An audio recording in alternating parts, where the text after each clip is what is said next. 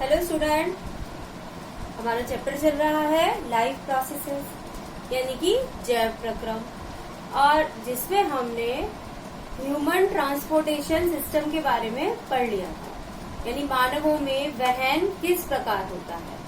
तो आज हम उसकी एक वर्कशीट कर लेते हैं, कुछ जो क्वेश्चन है इम्पोर्टेंट वो कर लेते हैं। तो पहला क्वेश्चन है हमारा, number of chambers in human heart. जो मनुष्य का हृदय होता है, मानव हृदय होता है, उसमें कितने कोष्ठ पाए जाते हैं। तो ये तो सिंपल क्वेश्चन है। कितने कोष्ठ पाए जाते हैं? 4 कोष्ठ पाए जाते हैं। 2 ऊपर वाले कोष्ठ अलिंद कहलाते हैं और 2 नीचे वाले कोष्ठ निलय कहलाते हैं। उन चारों के नाम दायां अलिंद, दायां अलिंद, बायां अलिंद, दायां निलय, बायां निलय। तो 4 कोष्ठ होते हैं मानव के हृदय में और उनके नाम है हमारे दायां अलिंद, बायां अलिंद। अलिंद यानी कि ऊपर वाले कोष्ठ, और नीचे वाले हैं हमारे दायां निलय और बायां। तो इस तरीके से मानव हृदय में 4 कोष्ठ पाए जाते हैं। नेक्स्ट हमारा क्वेश्चन है ब्लड प्रेशर। ब्लड प्रेशर क्या होता है? 2 टाइप का ब्लड प्रेशर होता है, सिस्टोलिक है, डायस्टोलिक है। उन दोनों में डिफरेंस क्या होता है? तो जब हमारा हार्ट ब्लड को पंप करता है तो जो ब्लड है वो प्रेशर के साथ, जो हमारी ब्लड वेसल्स हैं उनके अंदर फ्लो करता है, बहता है प्रेशर के साथ, दबाव के साथ। तो इसी दबाव को कहते हैं हम रक्तदाब, यानी कि जो ब्लड हमारी वाहिनियों के ऊपर दबाव डाल रहा है उसे ही हम कहते हैं रक्तदाब। अब रक्तदाब 2 तरह का है। एक वो जब हृदय सिकुड़ता है, जब हृदय सिकुड़ेगा तो रक्त वाहिनियों में जो हृदय है बहुत प्रेशर के साथ बहेगा। तो ऐसे रक्तदाब को कहते हैं हम सिस्टोलिक ब्लड प्रेशर या प्रकुंचन दाब। और जब जो हृदय हमारा रिलैक्स हो जाता है, अपनी रेस्ट वाली मोड में होता है और सारा का सारा ब्लड जितना भी उसके अंदर आ सकता है अपने अंदर भर लेता है, तो उस समय क्या होता है, रक्त वाहिनियों के अंदर ब्लड प्रेशर कम हो जाता है। तो इस प्रकार के दाब को कहते हैं हम डायस्टोलिक प्रेशर या अनुशिथिलन दाब। तो रक्तदाब क्या है कि रक्त के द्वारा रुधिर वाहिनियों की दीवार पर डाला गया दाब रक्तदाब कहलाता है। The pressure exerted by blood on the walls of blood vessels। अब जो रक्तदाब है 2 तरह का है, सिस्टोलिक यानी कि प्रकुंचन और दूसरा डायस्टोलिक यानी कि अनुशीतलन। तो प्रकुंचन दाब होता है कितना? ये होता है लगभग 120 मिलीमीटर ऑफ Hg। जो हमारे स्वस्थ मनुष्य होते हैं उनका जो प्रकुंचन दाब है, सिस्टोलिक प्रेशर है, वो होता है 120 मिलीमीटर ऑफ Hg।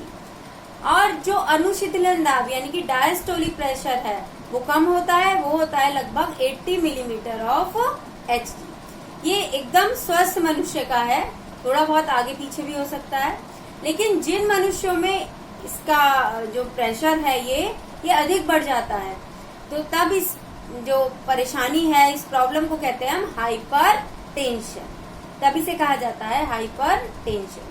तो रक्तदाब क्या होता है ये हमें पता चल गया। 2 तरह का है, प्रकुंचन, अनुशीतलन। प्रकुंचन जब हृदय कॉन्ट्रैक्ट होता है, सिकुड़ता है, और इसका माप कितना होता है 120 मिलीमीटर ऑफ Hg। और दूसरा है अनुशीतलन, यानी जब जो हृदय है वो रेस्ट पर होता है, अपने अंदर रुधिर को भर लेता है, इसे हम कहते हैं अनुशीतलन दाब, और इसका जो माप है वो होता है 80 मिलीमीटर ऑफ Hg।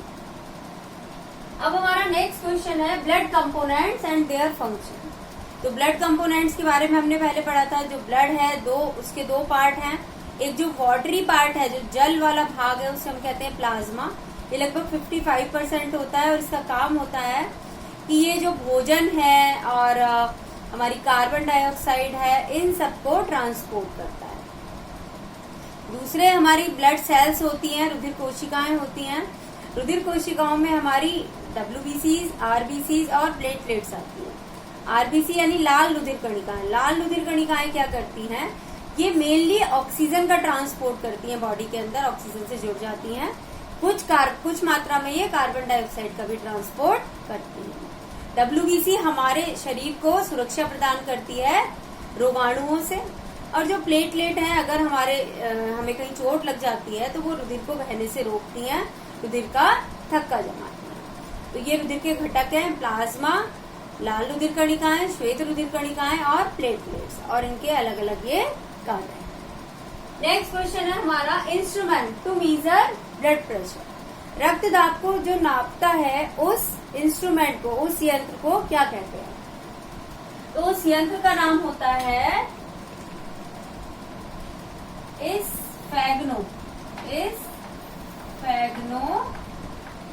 मैनोमीटर। आपने डॉक्टर्स के पास देखा होगा यंत्र जिससे वो ब्लड प्रेशर नापते हैं। इस यंत्र को कहते हैं स्फेग्नोमैनोमीटर।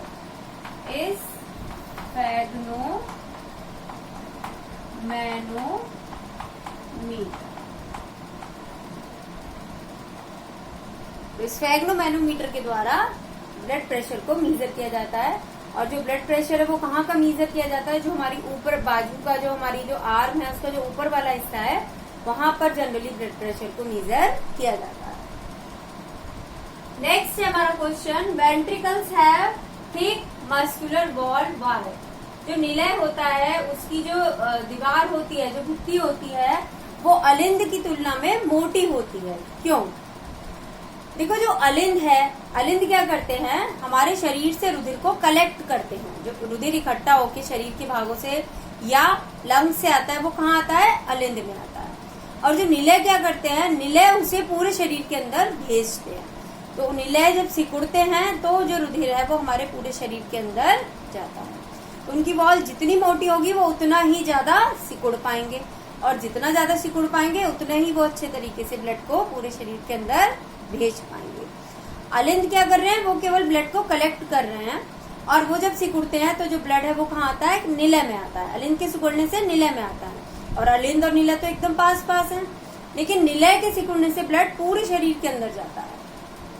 इसीलिए जो निलय है उसकी जो भित्ति होती है वो मोटी होती है, और उसके अंदर ज्यादा पेशियां होती हैं, जिससे कि वो ब्लड को तेजी के साथ और सही तरीके से पूरे शरीर के अंदर भेज।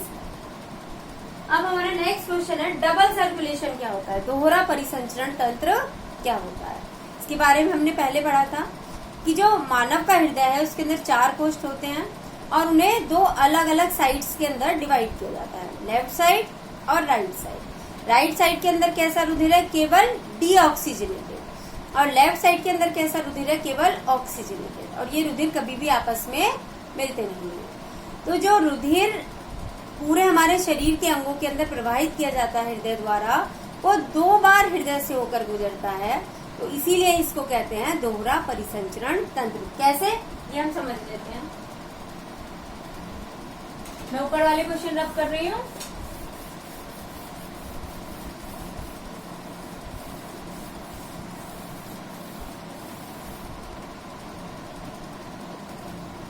ये हमारा हृदय है, यानी कि हार्ट।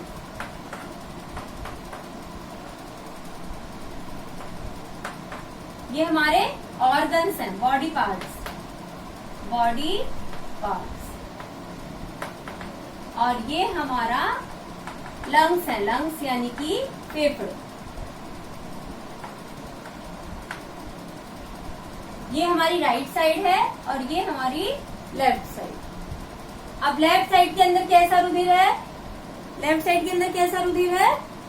ऑक्सीजनेटेड, जिसके अंदर ऑक्सीजन की अमाउंट ज्यादा है। और राइट साइड के अंदर ऐसा रुधिर है जिसके अंदर कार्बन डाइऑक्साइड का अमाउंट ज्यादा है। तो जो बॉडी पार्ट्स हैं उनसे जो रुधिर है वो कहाँ पहुंचा?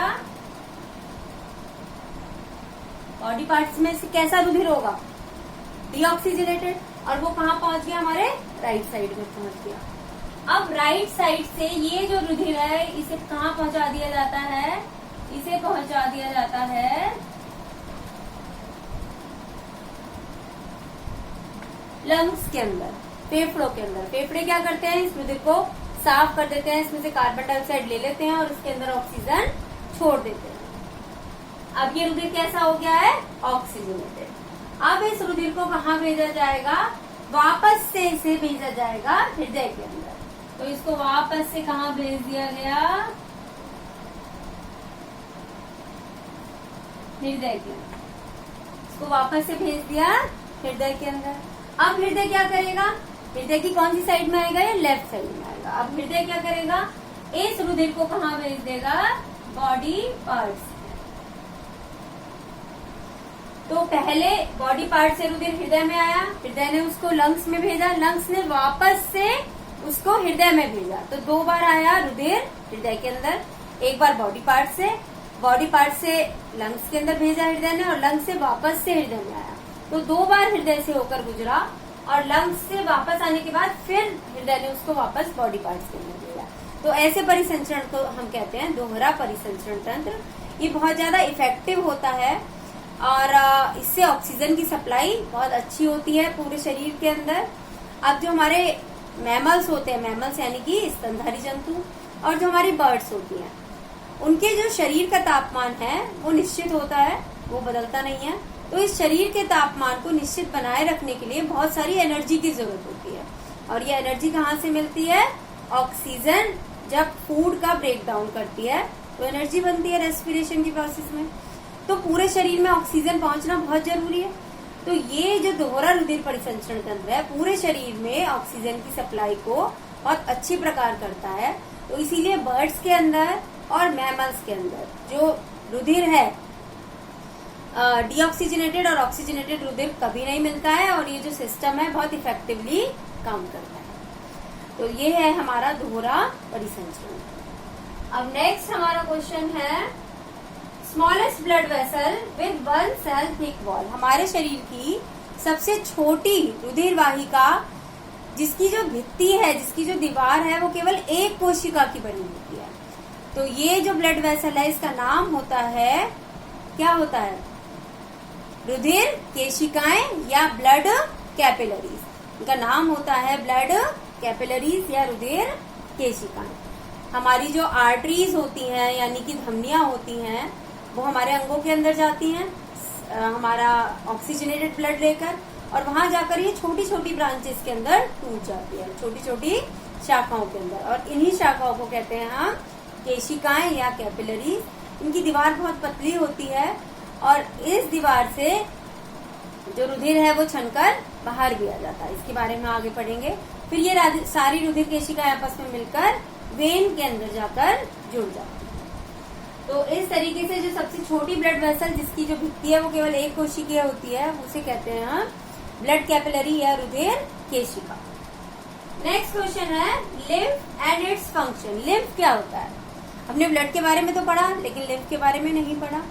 तो जब हमारा जो रुधिर है, रुधिर प्रेशर के साथ बहता है, आर्टरीज के अंदर कैसे बहता है, प्रेशर के साथ बहता है, और जब वो केशिकाओं के अंदर जाता है, केशिकाओं की जो भित्ति होती है, दीवार होती है, बहुत पतली होती है। तो उस प्रेशर के कारण जो पतली तो होती है, साथ में वो कैसी होती है, छिद्रित भी होती है, उसमें छोटे छोटे छेद भी होते हैं। तो कुछ रुधिर हमारा छन के कहाँ चला जाता है, बाहर आ जाता है।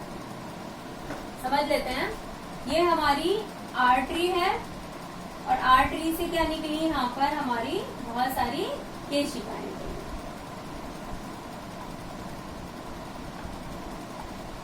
अब ये जो केशिकाएं हैं इनकी जो दीवार है बहुत पतली है। अब इसमें से क्या होता है, जो रुधिर है, कुछ रुधिर छनकर बाहर आ जाता है। अब इसी रुधिर को हम कहते हैं लिम्फ, और इस रुधिर के अंदर क्या होता है, प्लाज्मा होता है। इसमें आरबीसी नहीं होती है, इसके अंदर आरबीसी नहीं होती है, प्लाज्मा होता है, डब्ल्यूबीसी होती है, और कुछ प्रोटीन होते हैं, और कुछ और पदार्थ भी पाए जाते हैं। तो इस रुधिर को हम क्या कहेंगे, लिम्फ कहेंगे। अब ये जो लिम्फ है, जो जैसे हमारी यहाँ केशिकाएं हैं और हमारी आर्टरीज और वेन्स हैं, इसी तरीके से कुछ वाहिनियां होती हैं जिन्हें हम कहते हैं लसिका वाहिनियां, लसिका वाहिनियां या लिम्फ वेसल। तो ये जो रुधिर, ये जो लिम्फ यहाँ निकल कर आया है रुधिर के छनने से, ये लिम्फ कहाँ चला जाता है, लसिका वाहिनियों के अंदर चला जाता है।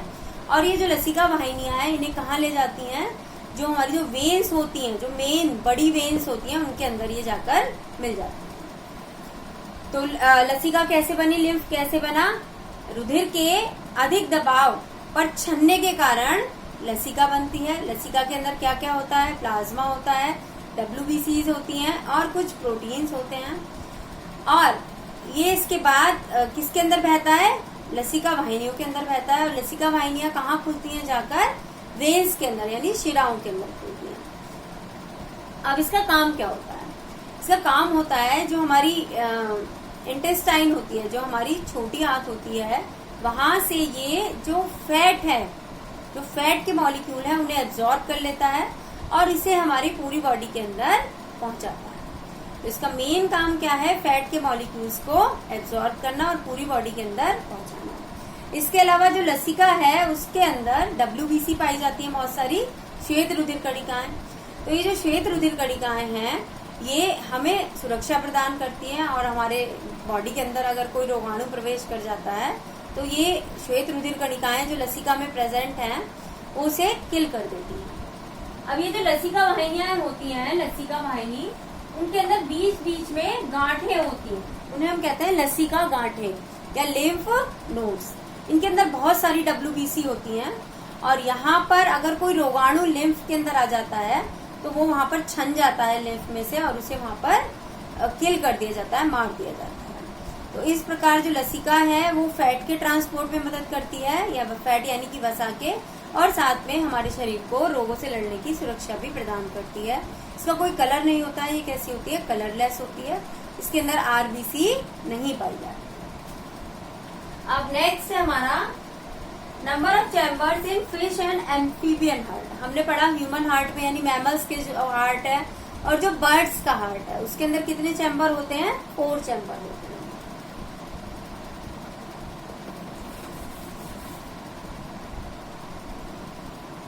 मैमल्स यानी कि स्तनधारी और बर्ड्स यानी कि पक्षी, इन दोनों के ही हृदय में कैसे चैम्बर होते हैं, 4 चैम्बर, 4 चैम्बर होते हैं। और इसके बारे में मैंने अभी बताया क्योंकि दोनों ही बर्ड्स भी और मैमल्स भी दोनों ही कैसे होते हैं, समतापी जंतु होते हैं, यानी उनके शरीर का तापमान फिक्स रहता है। तो इसीलिए इनको ज्यादा एनर्जी की जरूरत होती है अपने तापमान को मेंटेन करने के लिए, इसलिए इनका ब्लड कभी आपस में मिलता नहीं है, दोनों तरह का ब्लड मिलता नहीं है और इन्हें ज्यादा एनर्जी मिलती रहती है। अब जो हमारे उभयचर यानी कि हमारे एम्फीबियन होते हैं, एम्फीबियन का जो हार्ट है वो कैसा होता है, 3 चैम्बर। रेप्टाइल्स यानी कि सरीसृप और एम्फीबियन यानी कि उभयचर, दोनों का ही हार्ट कैसा होता है, 3 चैम्बर्ड होता है, रेप्टाइल और एम्फीबियन। तो इनके अंदर जो ब्लड है उसकी मिक्सिंग हो जाती है। इनके अंदर 2 अलिंद पाए जाते हैं लेकिन जो निलय है वो एक ही पाया जाता है, वो पूरी तरह से डिवाइड 2 पार्ट में नहीं होता है। तो इनके अंदर ब्लड की मिक्सिंग हो जाती है, यानी कि जो डीऑक्सीजनेटेड ब्लड है और ऑक्सीजनेटेड ब्लड है वो आपस में मिल जाते हैं। तो इसीलिए जो इनकी बॉडी है उसको इतनी एनर्जी नहीं मिल पाती है जितनी 4 चैम्बर्ड हार्ट वाले जीवों को मिलती है। अब जो हमारी फिश होती हैं, फिश के अंदर 2 ही चैम्बर पाए जाते हैं, एक अलिंद होता है और एक निलय होता है। और फिश के अंदर जो परिसंचरण तंत्र होता है वो कैसा होता है, एकल। मैमल्स के अंदर, पक्षियों के अंदर, उभयचरों के अंदर और रेप्टाइल्स के अंदर, सभी के अंदर दोहरा परिसंचरण तंत्र पाया जाता है, यानी जो ब्लड है 2 बार हार्ट से ऊपर गुजरता है। लेकिन जो मछलियां होती हैं उनमें एकल यानी सिंगल सर्कुलेशन सिस्टम पाया जाता है और ब्लड केवल एक ही बार हार्ट से होकर गुजरता है। जो शरीर में हमारे ब्लड इकट्ठा होता है फिशेस के अंदर, वो एक बार हार्ट के अंदर आता है, डीऑक्सीजनेटेड ब्लड बना के दिखा देता है। ये क्या है, हार्ट है फिशेस के अंदर और ये क्या है, बॉडी पार्ट्स। तो बॉडी पार्ट से डीऑक्सीजनेटेड ब्लड कहाँ गया, हार्ट के अंदर गया और हार्ट ने उसे कहाँ भेज दिया, गिल्स के अंदर। कहाँ भेज दिया, गिल्स के अंदर। अब गिल्स से ये जो ब्लड है वो कहाँ आ जाता है, फिर बॉडी पार्ट्स के अंदर आ जाता है, यानी कि दोबारा से वो हार्ट के अंदर नहीं जाता है। तो फिशेस के अंदर कैसा सिस्टम पाया जाता है? सिंगल सर्कुलेशन सिस्टम पाया जाता है, जबकि बाकी जो अदर्स हैं हमारे मैमल्स, बर्ड्स, एम्फीबियंस, रेप्टाइल्स, इन सब के अंदर डबल सर्कुलेशन पाया जाता है। बर्ड्स में और मैमल्स में 4 चैम्बर्ड हार्ट होता है, जबकि एम्फीबियन में और रेप्टाइल्स में 3 चैम्बर्ड हार्ट होता है, और फिशेस के अंदर केवल 2 ही चैम्बर्ड हार्ट होता है। तो कितने चैम्बर होते हैं फिश के अंदर? 2 चैम्बर होते हैं, और एम्फीबियन यानी उभयचर में कितने चैम्बर होते हैं? 3 चैम्बर। अब आर्टरीज और वेन में डिफरेंस बताना है। जो आर्टरी है उनके अंदर ब्लड प्रेशर के साथ बहता है, जबकि जो वेन है उनके अंदर प्रेशर के साथ नहीं बहता है, कम प्रेशर के साथ बहता है। आर्टरी की वाल मोटी होती है और इलास्टिक होती है, जिससे कि वो प्रेशर को झेल सके, जिससे कि वो प्रेशर को बेयर कर सके। और जो वेन्स हैं वहां बहुत प्रेशर नहीं होता है, तो उसकी जो वॉल होती है वो पतली होती है, और उसमें इलास्टिसिटी भी इतनी नहीं होती है, वो इतनी ज्यादा लचीली नहीं होती है। इसके अलावा जो आर्टरी होती है उनके अंदर ऑक्सीजनेटेड ब्लड बहता है, शुद्ध रुधिर बहता है, और जो वेन्स होती है उनके अंदर अशुद्ध रुधिर बहता है। केवल एक ही चेंज है, जो फुफ्फुस धमनी है उसके अंदर अशुद्ध रुधिर है, और जो फुफ्फुस शिरा है उसके अंदर शुद्ध रुधिर है। और जो वेन्स होती हैं उसके अंदर कपाट पाए जाते हैं बीच बीच में, जिससे कि जो ब्लड है वो वापस ना जाए और एक ही दिशा में बहता रहे, जबकि जो आर्टरी होती है उनके अंदर कपाट जैसी कोई स्ट्रक्चर नहीं पाई जाती है। तो ये हमारे डिफरेंस है आर्टरीज एंड वेन्स में।